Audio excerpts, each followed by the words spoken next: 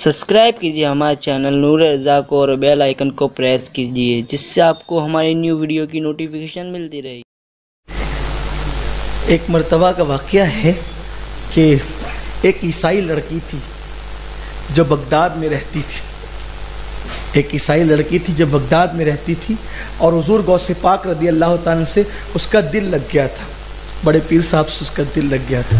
دیکھو ساری باتیں دل کی ہیں، آپ یقین جانیں کہ مائک پر بہت سی باتیں کہنے کی نہیں ہوتی، ورنہ میں آپ کا یقین مضبوط کرنے کے لیے ضرور کہتا۔ کتابوں میں جو لکھا ہے وہ تو لکھا ہوا ہے، ہم نے اپنے جو معاملات میں محسوس کیا ہے بس اس کو دو مصرعوں میں بیان کرنا چاہتا ہوں کہ جب میں نے تمہیں پکارا کام آیا تیرا سہارا، چلتا آسی کا گزارا تیری خیر سے۔ حالات کیسے ہوں، غوث پاک کہتے ہیں کہ کوئی مجھے مصیبت میں پکارے اللہ اس کی مصیبت دور کر دیتے۔ تو ایک عیسائی لڑکی تھی، اس کا دل لگ گیا تھا حضور غوث پاک سے۔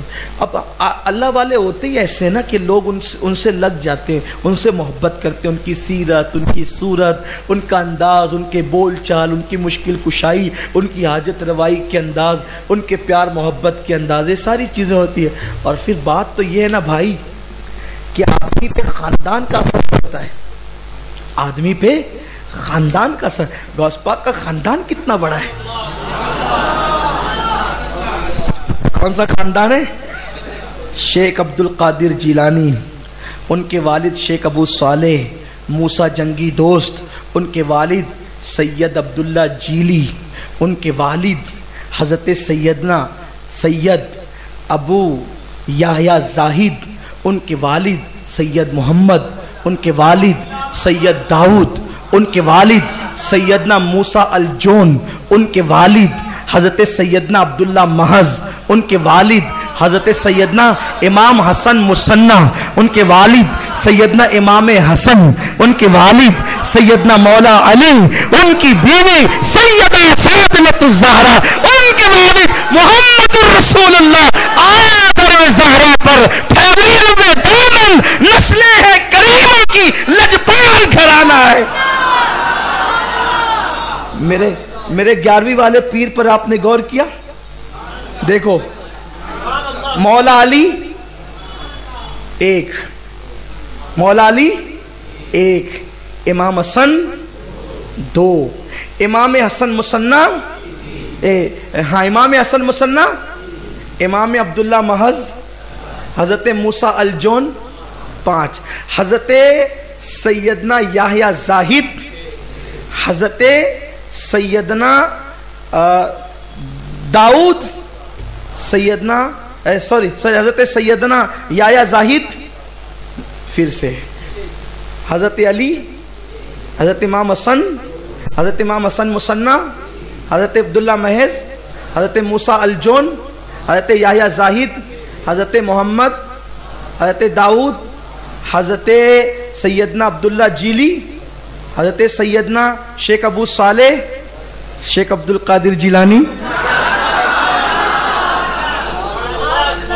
میرا پیر نسب میں بھی 11ویں نمبر پر ہے، حضور غوث العظم دستگیر نسب میں بھی 11۔ کیسا خاندان ہے! آؤ در زہرا پر پھیلائے ہوئے دامن نسلیں ہیں کریموں کی لجپال گھرانہ۔ ولی کسی بھی خاندان کا شان والا ہوتا ہے، سخی ہوتا ہے، لیکن زہرا کے خاندان کا، علی کا لاڈلا، اور وہ بھی صرف بابا کی طرف سے نہیں، امی کی طرف سے بھی، ماں کی طرف سے حسینی ہے اور باپ کی طرف سے یعنی کہ نجیب الطرفین ہے۔ اب نجیب الطرفین دیکھا تو میرے امام کہنے لگے تو حسینی حسنی کیوں نہ محی الدین ہو، اے خضر مجمع بحرین ہے چشمہ تیرا۔ تو خاندان نبوت کے چشم و چراغ ہے میرے مرشد سرکار غوث پاک۔ ایک یہودی لڑکی غوث پاک سے محبت کرنے لگی، پیار کرنے لگی اور ان کی کنیز ہو گئی۔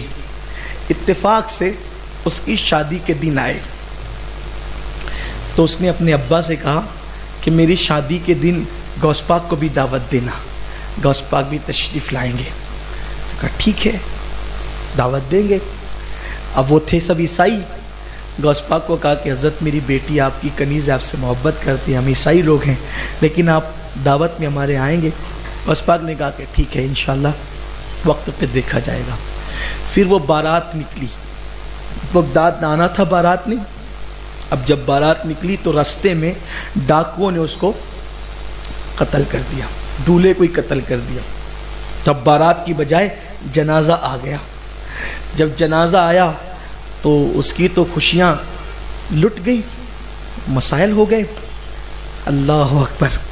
اس کے باپ نے کہا بیٹی سے, بیٹی تو سہاگن بننے سے پہلے بیوہ ہو گئی. اس نے کہا ایسا نہیں ہو سکتا.